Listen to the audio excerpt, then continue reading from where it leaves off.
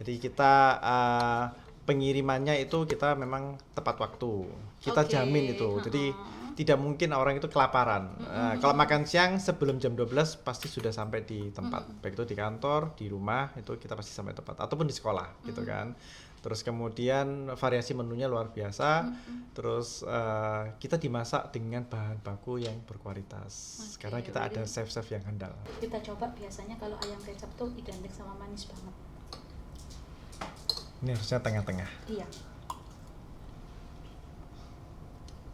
Oh iya, benar.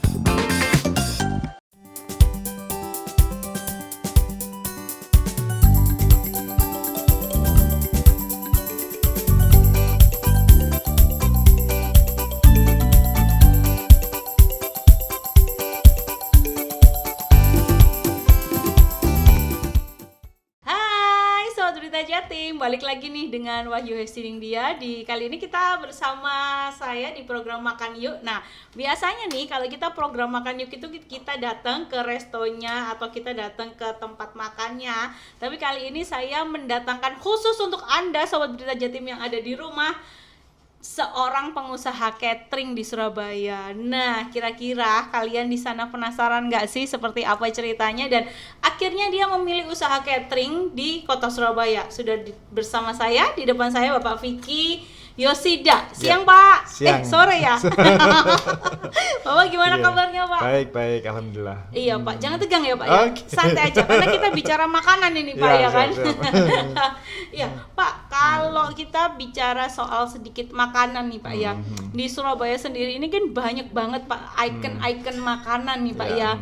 Nah, pada akhirnya Bapak menjadi salah satu seorang pengusaha catering, pengusaha makanan. Apa sih, Pak, awalnya yang terbesit Bapak akhirnya memilih usaha catering? Iya, dulu ceritanya ini ya. Awalnya saya itu buat jajanan pasar, namanya Wingko. Cuman Wingko ini kita modifikasi. Jadi Wingko itu kita modifikasi menjadi Wingko kekinian. Nah, kita sebut namanya Wingko Seduluran. Kita punya beberapa outlet di Surabaya, di mall-mall kita buka gitu. Nah, dari situ cuman saya berpikir kalau Wingko ini kan segmennya terbatas.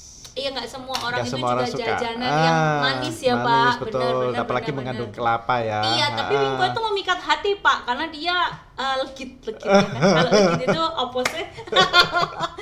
Iya, gitu. Terus seiring perkembangan waktu, akhirnya kita memutuskan untuk membuka catering, membuka dapur. Oke, itu sama dengan pada saat Bapak berjalan 1 tahun membuka bisnis Wingko atau? Betul, ya setelah 1 tahun bisnis Wingko, terus akhirnya kita membuat dapur untuk catering. Oke, merambah ke dunia catering. Nah, kalau kita sudah ngomong soal catering nih, di Surabaya kan tentu banyak banget nih, Pak, ya, persaingan catering yang begitu banyak. Nah, apa yang menarik dari catering Bapak nih sehingga Bapak akhirnya memilih untuk hijrah dari Wingko ke catering? Nah, konsepnya seperti apa sih, Pak? Jadi catering kita ini yang pertama tentang menu. Jadi menu kita tuh variasi banget gitu ya. Jadi kita bisa menghadirkan menu-menu restoran kelas atas yang mungkin di hotel-hotel bintang 5 gitu kan. Tapi kita bisa menyajikan itu di rumah gitu. Oke, berarti dalam artian para masyarakat ini bisa memesan dan dibawa ke rumah kayak gitu, betul. Pak. Jadi kita memang ada catering untuk harian, untuk keluarga atau untuk teman-teman yang di kantor kali ya gitu. Itu bisa dengan harganya terjangkau. Rasa kualitas banget ya. Wah, ini yang patut kita kembangkan adalah rasa dan harga ya kan. Ada berapa menu, Pak? Sejauh ini selama jalan 7 tahun ini ada berapa menu yang sudah? Oh, banyak sekali. Kita selalu mengeluarkan 5 menu berbeda setiap harinya. Setiap harinya. Sehingga teman-teman kalau mau catering, mau pesan itu bisa milih menu. Mau menu apa nih? Mau Indonesia, mau Western, atau mau Chinese food, ya kita ada semua. Favoritnya apa nih, Pak?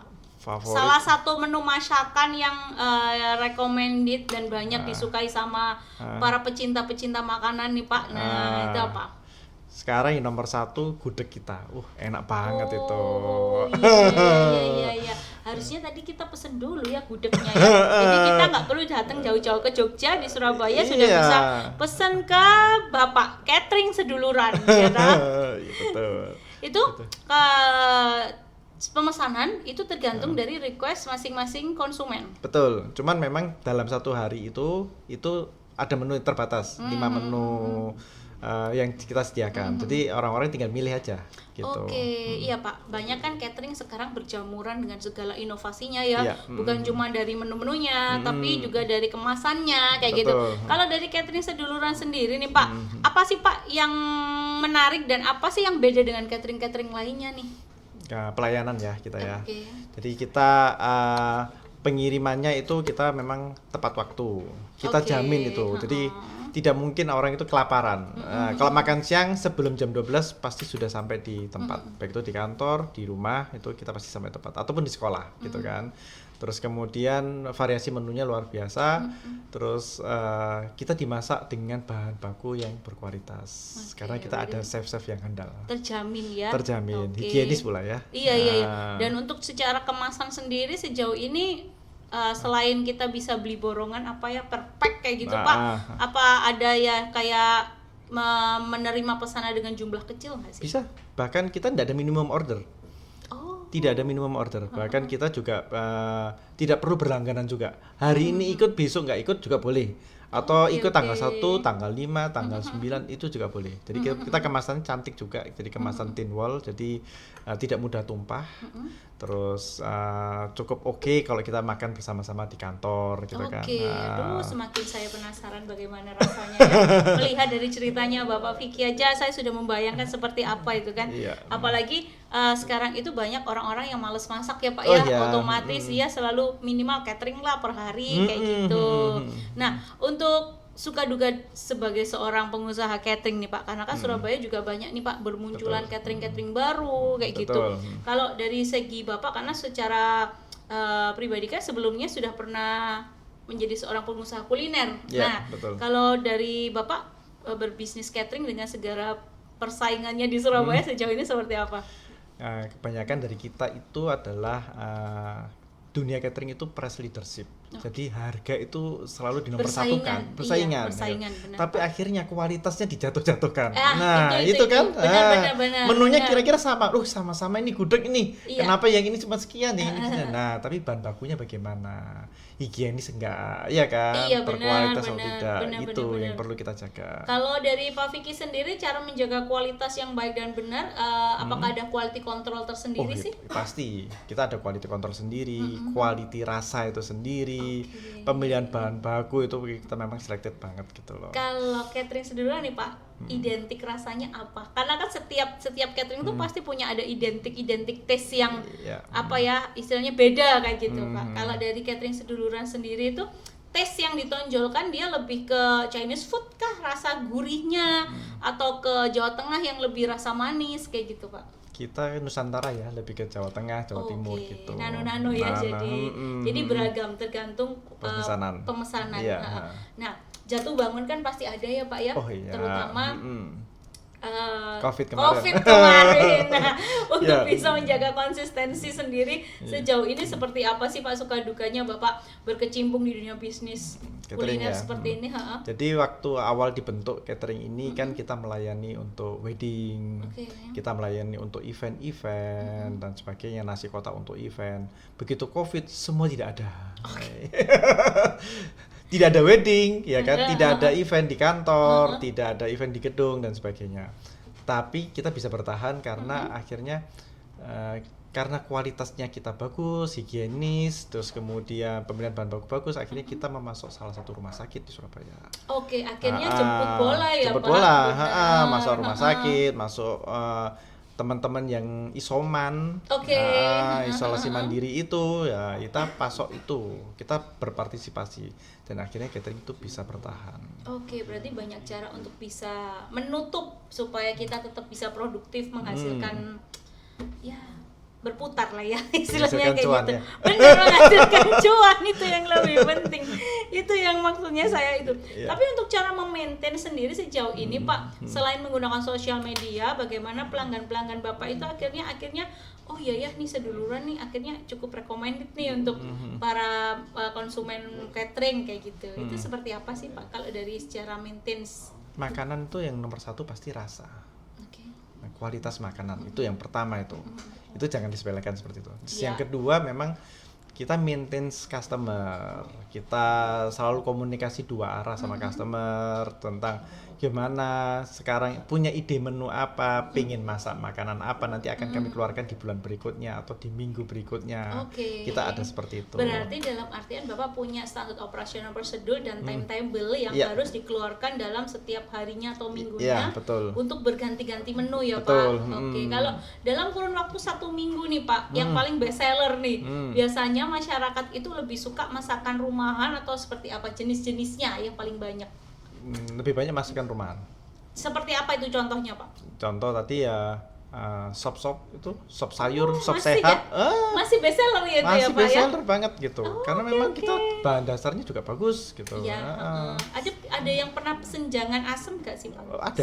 Sayur asem? Ada juga. Gitu. Saya kira ada kayak misalnya beef gyudon gitu, anak-anak suka biasanya. Bisa ya. Bisa beef gyudon, calamari crispy, gitu kita bisa juga. Hari ini kita sebenarnya calamari crispy. Gitu. Iya. Tadi saya sudah melirik-melirik ini.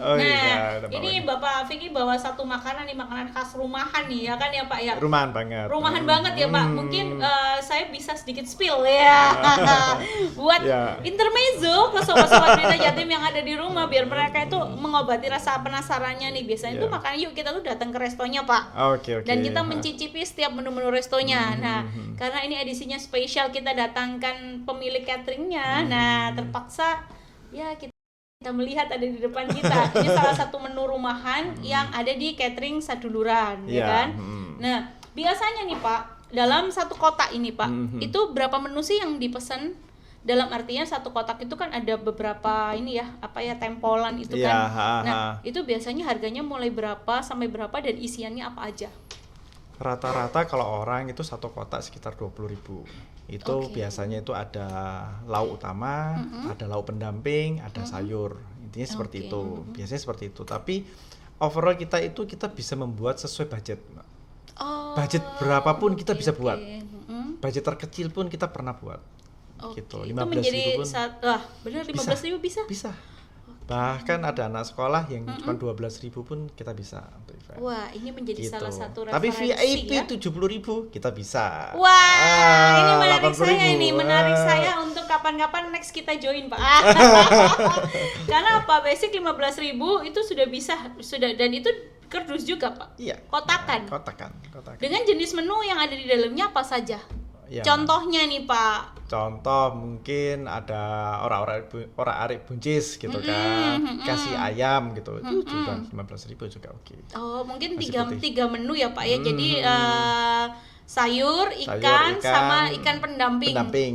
Jadi itu udah cukup lah 15.000. Kalian juga bisa sehat juga karena ada sayurnya, ada proteinnya kayak gitu. Kalau nambah buah ya harganya beda lagi ya jelas kan. Lah.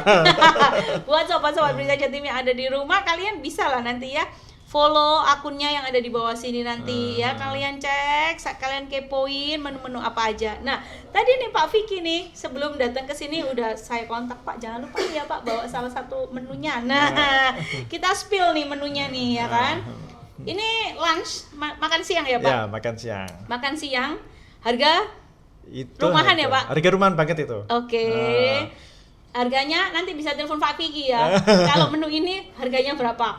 Tapi ini yang bikin saya menarik adalah jarang banget ada catering yang dia menyediakan sayur brokoli, ada jamur kancingnya. Betul. Nah, terus ada ayamnya yang cukup gede, pasti lega, dan juga tempe ditambah sambal. Ini kalau secara konsep Pak, ini sendiri menunya itu lebih ke apa? Capcay atau apa seperti apa? Mungkin bisa dijelaskan nih Pak menu siang kali ini. Siang kali ini ya turunan dari capcay. Turunan dari capcay. Oke.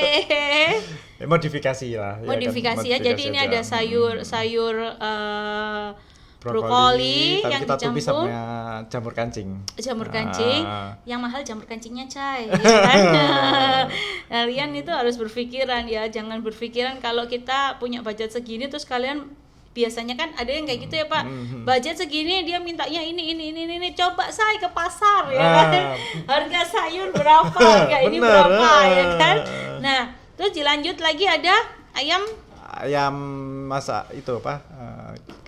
Bumbu kecap sama tempe goreng, dan sambal. Kayaknya yang khas sambalnya ya Sambelnya. Pak. Ini sambelnya sambal apa Pak? Sambal terasi. Sambal terasi. Oke, jadi kalian bisa memesan di Depot Depot Catering Saduluran. Pak, ada tips nggak sih Pak menjaga konsistensi untuk para pengusaha muda nih, terutama kan catering nih di tengah banyaknya persaingan catering di Surabaya? Tipsnya itu adalah jangan mengalahkan kualitas hanya demi harga. Tipsnya seperti itu, karena bagaimanapun catering itu adalah yang utama adalah rasa, bagaimanapun seperti itu, dan kemudian tentang gizinya, higienisnya gitu loh, gitu. Saya rasa seperti itu sih tipsnya, Mbak. Tapi kalau melihat sekarang peluang-peluang bisnis yang ada di Surabaya nih Pak, terutama di kuliner seperti ini, Bapak melihatnya seperti apa sih? Karena kan ini sudah mulai regenerasi ya Pak. Banyak pengusaha-pengusaha muda yang mulai merambah di kuliner. Nah, seperti itu. Mungkin dari sisi sudut pandang Bapak seperti apa sih? Oke, Mbak. Jadi banyaknya persaingan itu justru bagus ya. Iya. Jadi kita harus berimprovisasi ya, harus inovatif terus, bahwa harus memperbarui menu-menu kita. Jangan selalu menu catering itu menu tradisional terus. Nah, benar. Harus ada menu kekinian. Karena kita yang makan juga suka anak-anak muda ya kan? Iya. Anak kekinian. Orang tua tapi masih kekinian. Iya, benar-benar. Berarti harus mengikuti tren ya Pak. Tren dong. Tetap update istilahnya. Oke. Gitu. Dan harapannya untuk para pengusaha catering yang ada di luar sana seperti apa Pak? Dan pesan-pesan untuk konsumen Bapak sebelum saya mereview catering Seduluran yang ada di depan saya ini. Apa pesan-pesan ya untuk harapannya Pak? Harapannya dulu. Harapannya untuk para pengusaha atau bagaimana? Iya, pengusaha, konsumen juga seperti apa? Untuk para pengusaha catering itu jangan patah semangat untuk bisnis kuliner. Walaupun kompetisinya begitu ketat, tapi kita pasti punya karakter sendiri-sendiri di bidang kuliner itu. Jadi tetap aja jalan dan saling berkolaborasi dengan pengusaha kuliner. Itu menjadi satu catatan untuk kalian yang ingin berbisnis catering. Jadi so far kalian harus terus merevisi ya Pak. Baik soal rasa, kualitas dan juga menu ya Pak. Dan jangan takut kalian dengan persaingan yang sudah ada di depan mata kalian dan saat ini. Dan sekarang waktunya saya mau mereview makanan dari catering Seduluran. Tolong sendoknya. Nah, kalian yang ada di TikTok bisa loh spill kasih bunga mawar. Nah.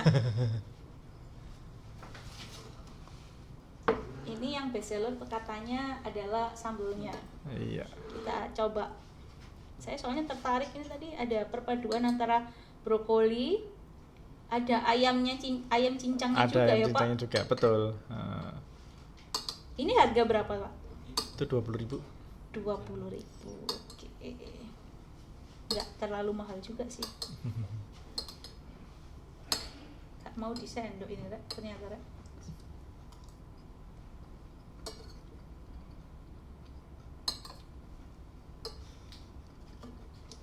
Ternyata bener sambelnya hot banget.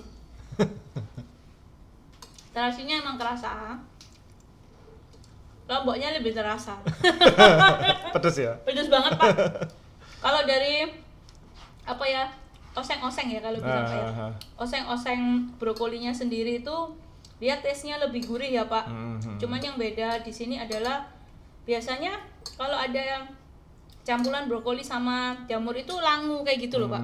Ini tuh enggak. Dan ini empuk banget. Jadi orang mau mengunyah itu enggak terlalu susah. Gitu. Habis ini aku tak nyoba ayam kecapnya. Mereview di depannya yang punya catering. Ada bahan-bahan impor nggak sih Pak? Enggak sih, kebanyakan sih lokal semua. Aku aslinya izin sih nge-review di depan pemiliknya. Pak, ini untuk konsep ayam kecapnya itu emang sekeset ini ya Pak ya? Iya. Cerekannya Kak.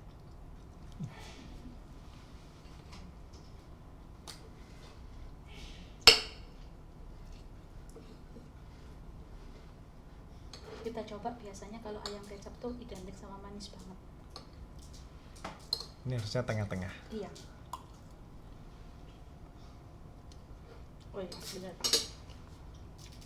Dia nggak enak, nggak terlalu manis juga nggak. Jadi pas rasanya.